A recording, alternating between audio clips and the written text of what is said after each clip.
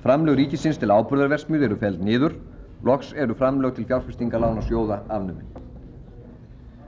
Á sama tíma og dregið er úr millifærslum, styrkjum og rekstrargjöldum til stofnana í þjónustu atvinnuvega er lögð aukin áhersla á fjárhagslegan stuðning við margvísleg velferðar- og byggðamál. Ráðstöfunarfé byggingarlánasjóðanna vex verulega, bæði af ríkisframlögum og með fjáröflun frá lífeyrissjóðunum. Framlag til byggingarsjóðs verkamanna og lánveitingar til félagslegra íbúðabygginga, þar með talið kaupleiguíbúða, tvöfaldast. Sama á við ráðstöfunarfé byggingarsjóðs ríkisins til almennra húsbygginga og íbúðakaupa. Félagsmálaráðherra hefur nú lagt fram á Alþingi stjórnarfrumvarp gerir ráð fyrir breyttum útlánareglum til þess að draga úr sjálfvirkni útlána með lánsloforðum til langs tíma, þannig að lánsfé nýtist betur þeim sem mesta hafa þörfina. Þá gert ráð fyrir 150 milljóna króna framlagi í ár og á næsta ári til að koma til móts við þá sem lent hafa í greiðsluerfiðleikum vegna húsnæðisöflunar á liðnum árum. Til menntamála varið auknu fé á ýmsum sviðum. Þannig nú í fyrsta sinn ætlað fé til háskólakennslu á Akureyri. Háskóli Íslands styrktur með fjölgun á starfsliði og verulega auknu fé til rannsókna. Á grunnskólastiginu eru framlög til stuðningskennslu og sérkennslu aukin mjög verulega.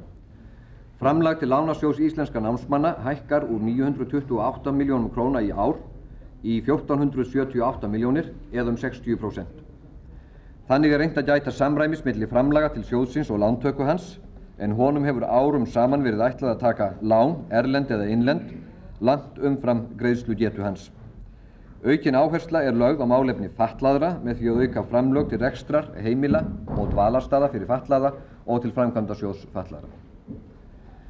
Bættar samgöngur á landi og í lofti eru þýðingarmikið atriði í byggðamálum, því nú lagt til að auknu fé verði varið til vegamála og flugvallagerðar. Framkvæmdamáttur framlaga til þessara málaflokka eykst tæp 20% að raungildi. Aðgerðir ríkisstjórnarinnar til að draga úr þenslu sem hefur lýst sér í manneklu og miklu launaskriði á höfuðborgarsvæðinu. Aukin framlög til samgöngumála út landið, efling hins félagslega húsnæðislánakerfis og tilflutningur verkefna frá ríki til sveitarfélaga ásamt með tilflutningi tekjustofna á móti. Allt eru þetta þættir í viðleitni ríkisstjórnarinnar til að rétta hlut landsbyggðarinnar varðandi opinberar framkvæmdir og félagslega þjónustu. Ríkisstjórnin vill leggja sitt af mörkum til að styrkja forvarnarstarf á sviði áfengis- og fíkniefnamála. Framlög eru aukin í þessu skyni og nú stefnt að samstilltu átaki allra ráðuneyta í fyrirbyggjandi starfi á þessum vettvangi.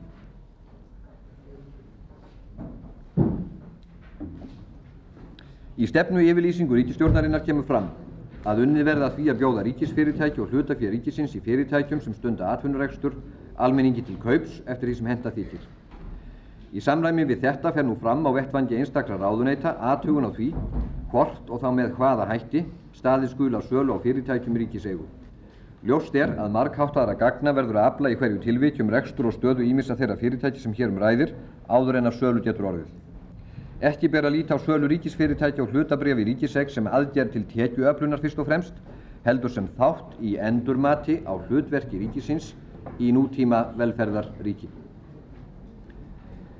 Það verður að teljast til nýmæla í þessu frumvarpi að nú riðið á vaðið með breytingu á verkaskiptingu ríkis og sveitarfélaga. Þetta málefni sem lengi hefur verið til umræðu, reyndar áratugum saman, en minna orðið úr framkvæmdum en vonir stóðu til. Ríkisstjórnin hefur nú beitt sér fyrir því að fyrsta skrefið í heildar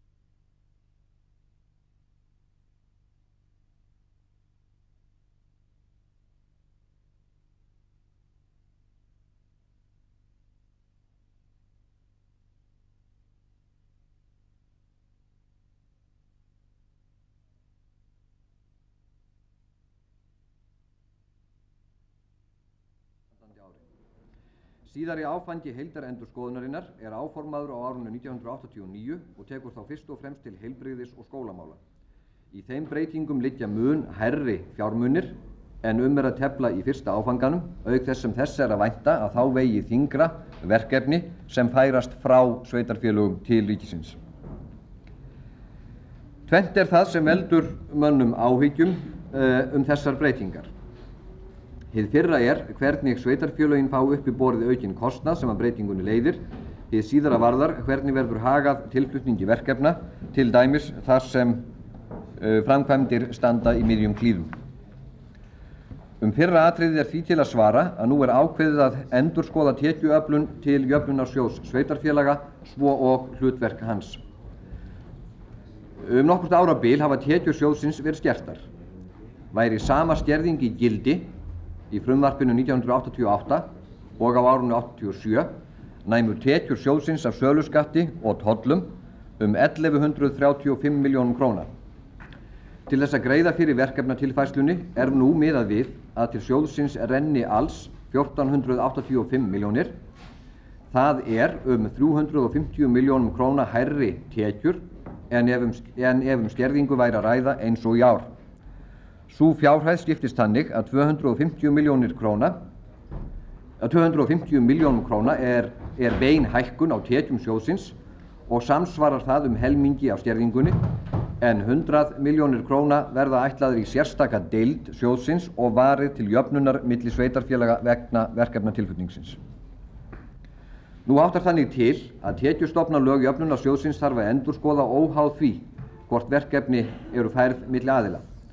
Er það vegna þess að tekjustofnar sjóðsins af aðflutningsgjöldum og sölugjaldi taka fyrirsjáanlega slíkum breytingum að annað er óhjákvæmilegt. Í því sambandi hefur félagsmálaráðherra lýst þeirri skoðun sinni að sterklega komi til álita að efla nokkurs konar viðlagadeild í sjóðnum umfram þær 100 milljónir sem ég áður gat um. Þá kemur til álita að slík viðlagadeild hefði meðal annars það hlutverk að létta undir með sveitarfélögum vegna framkvæmda sem þegar eru hafnar en ekki verða framar á vettvangi Alþingis og þar með ríkissjóðs. Nú er talið að svonefndir halar í dagvistarheimilum, félagsheimilum og íþróttamannvirkjum nemi 400 til 450 milljónum króna. Með því að ætla 150 milljónir króna árlega í sérdeild jöfnunarsjóðsins ætti að mega jafna áhrif vegna þessarar verkefnatilfærslu á næstu 3 árum, en fullyrða má að mótframlög ríkisins hefðu ekki verið greidd sveitarfélögunum nema á mun lengri tíma ella. Fjáröflun til jöfnunarsjóðsins 1988 er miðuð við 1485 milljónir króna eins og áður segir. Þá er miðað við að ríkissjóður taki þær tekjur eingöngu af söluskatti og að lögum verði breytt í samræmi við það. Hitt liggur ljóst fyrir að slík tilhögun getur einungis gilt til 1 árs, þar sem nauðsynlegt verður að taka tekjustofn sjóðsins til nýrrar athugunar þegar virðisaukaskattur tekur gildi í ársbyrjun 89 eins og að er stefnt. Auk þess sem enn önnur verkefni kunna þá að hafa flust á milli ríkis og sveitarfélaga og hagkvæmt kann að vera að beina nýjum verkefnum til sjóðsins til úrlausnar. Framhjá því er með öllu óeðlilegt að líta að sveitarfélögin muni í fyllingu tímans að sjálfsögðu bera upp í útgjöld hinna nýju verkefna rétt eins og þeirra sem þau nú annast af almennum skatttekjum sínum. Því verður að líta á álagningu sveitarfélagana meðal annars í ljósi þessa þegar fram í sækir. Til þess að vinna að framgangi þessara mála hefur félagsmálaráðherra nýlega skipað 2 nefndir með aðild hlutaðeigandi ráðuneyta og sveitarfélaga. Annarri nefndin er ætlað að vinna að breytingu á lögum jöfnunarsjóð og hinni er falið að undirbúa síðara stig verkefnatilfærslunar og leggja línur eignatilfærslur og uppgjörsmál. Á miklu veltur að allur málatilbúnaður sé sem vandaðastur og að gagnkvæmur skilningur laust hlutverk opinberrar fjármálastjórnar að hamla gegn umfram eftirspurn og þeirri verðbólgu og viðskiptahalla sem af hlýst. Þetta ber að gera með því að reka ríkissjóð án halla og halda fram aðhaldssamri peningamálastefnu. Með frumvörpum til fjárlaga og lánsfjárlaga og almennum efnahagsaðgerðum þeim til styrktar hefur ríkisstjórnin reynt að rækja skyldur sínar í þeim efnum. Mikill hagvöxtur er ekki einhlítur mælikvarði á velgengni í efnahagsmálum. Hagvaxtarskeiðið sem hófst 1984 hefur allt fram á þetta ár mátt rekja til mikillar framleiðslu aukningar í sjávarútvegi. Þetta leiddi til aukins útflutnings og bættrar stöðu þjóðarbúsins gagnvart útlöndum. Hagvöxtinn á yfirstandandi ári má hins vegar í mun ríkari mæli rekja til þenslu í verslunar- og þjónustugreinum, einkum á höfuðborgarsvæðinu. Þessi munur endurspeglast með skýrum hætti í umskiptum til hins verra á viðskiptajöfnuði. Til þess að koma í veg fyrir að hagvaxtarskeiði snerust upp í ofþenslu, verðbólgu og viðskiptahalla hefði að mínu mati þurft að grípa til strangra aðhaldsaðgerða í ríkisfjármálum og peningamálum þegar í upphafi árs 1987. Tillögur það efni voru uppi á haustinu 1986. Þær tillögur fólu í sér að staða ríkisfjármála yrði styrkt með lækkun ríkisútgjalda og aukinni tekjuöflun sem svaraði allt að 2 til 2,5% af vergri landsframleiðslu. Tillögurnar miðuðu að því að draga í tæka tíð úr þenslu og halda aftur af vexti þjóðarútgjalda umfram þjóðartekjur. Sú staðreynd að ekki var gripið til aðgerða fyrr en með tilkomu nýrrar ríkisstjórnar eftir mitt ár veldur því að vandinn sem við að fást nú verri viðureignar og kallar á stórtækari aðgerðir en ella hefði ef til vill verið nauðsynlegt. Í greinargerð Þjóðhagsstofnunar frá 7. maí 1987 sem lögð var fram í stjórnarmyndunarviðræðum var sett fram mat á þjóðhagshorfum á miðju ári.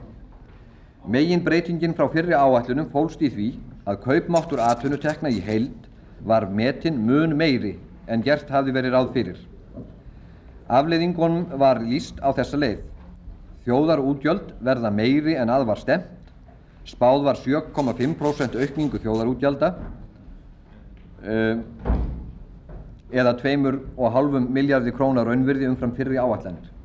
Viðskiptahalli fór vaxandi. Í febrúar var gert ráð fyrir 950 milljóna króna viðskiptahalla en í maí viðskiptahalla sem nam 2,5 vinnuveitend í desember og síðastliðnu ári var reiknað með því að atvinnutekjur á mann yrðu að meðaltali 20 til 22% hærri á þessu ári en í fyrra.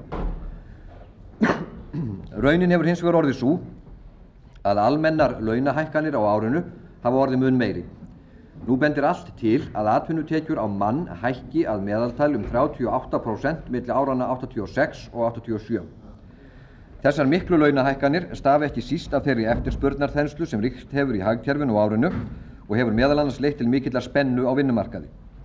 Eftir því sem á árið hefur liðið hafa horfur verðbólgu þess vegna farið versnandi. Í ársbyrjun var því spáð, meðal annars á grundvelli áætlana launaþróun, að vísitala framfærslukostnaður myndi hækka 14,5% frá meðaltali síðasta árs en 11 til 12% frá upphafi til loka þessa árs. Nú eru hins vegar horfur á að hækkun vísitölunar frá síðasta ári verði 18 til 19% en 25% á árinu. Þrátt fyrir meiri verðbólgu en spáð var í upphafi ársins ljóst að aukning kaupmáttur á þessu ári fer langt fram úr því sem gert var ráð fyrir í ársbyrjun. Þá var reiknað með að kaupmáttur atvinnutekna á mann yrði að jafnaði 7% hærri á þessu ári en í fyrra. Nú virðist hins vegar stefna í að aukningin verði 16%. Kaupmáttur ráðstöfunartekna gæti aukist enn meir vegna léttari byrði af beinum sköttum á þessu ári en í fyrra. Að langstærstum hluta kom þessi kaupmátturaukning fram á fyrsta og öðrum ársfjórðungi og reiknað með að kaupmáttur haldist því sem næst óbreyttur á síðari helmingi ársins.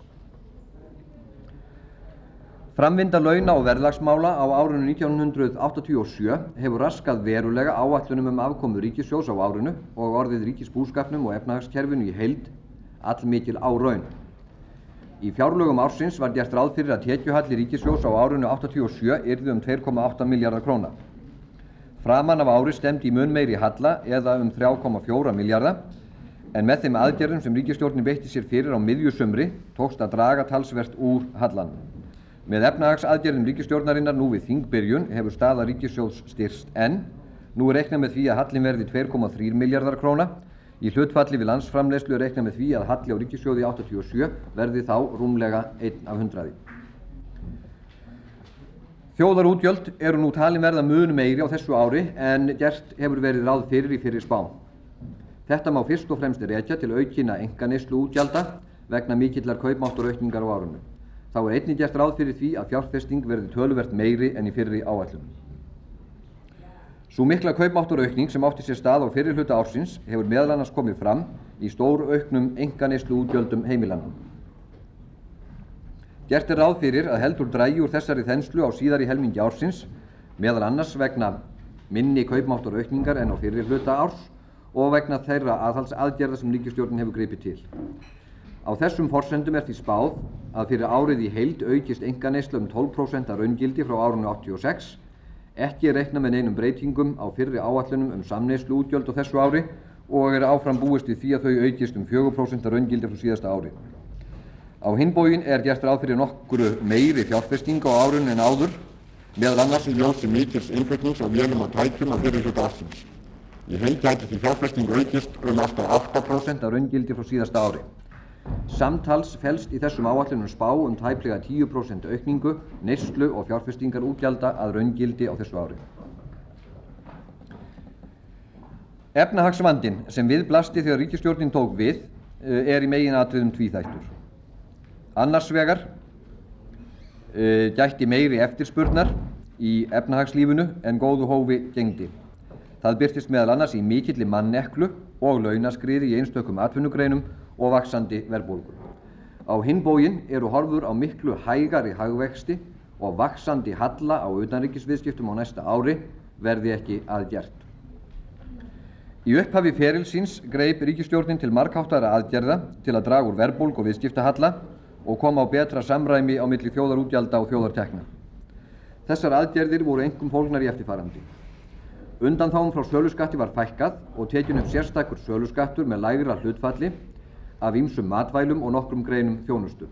Lagt var á sérstakt bifreiðagjald sem innheimtist að hálfu leyti á þessu ári. Lagður var viðbótarskattur og innflutt kjarnfóður, ríkisábyrgðargjald var hækkað og lagt á nýtt lántökugjald á erlend lán. Áætlað er að þessar aðgerðir skili ríkissjóði rúmum milljarði króna á þessu ári en 3,7 milljörðum á næsta ári. Þessar aðgerðir voru því stórt skref í þá átt að jafna hallann á ríkissjóði. Jafnframt var gripið til tekjujafnandi aðgerða með lækkun lágmarks framfærslulífeyris einstaklinga og hækkun barnabótaauka sem áætlað er að kosti ríkissjóðum 190 milljónir króna í ár. Þessum aðgerðum í ríkisfjármálum var fylgt eftir með frekari ráðstöfunum á sviði peninga- og lánamála. Vextir af spariskírteinum ríkissjóðs voru hækkaðir.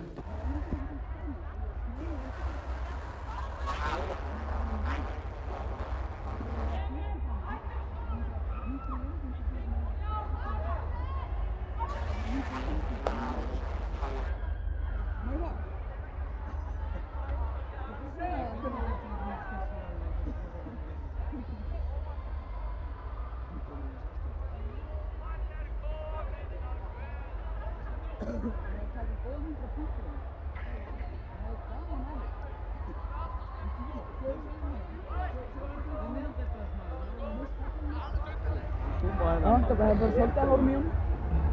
Svo er þetta eitthvað svona. Herru! Æ, koma. Herru, alveg fyrir svona. Ég vil núna koma fyrir. Býtum allt ekki reyn. Nei. Býtum allt ekki reyn.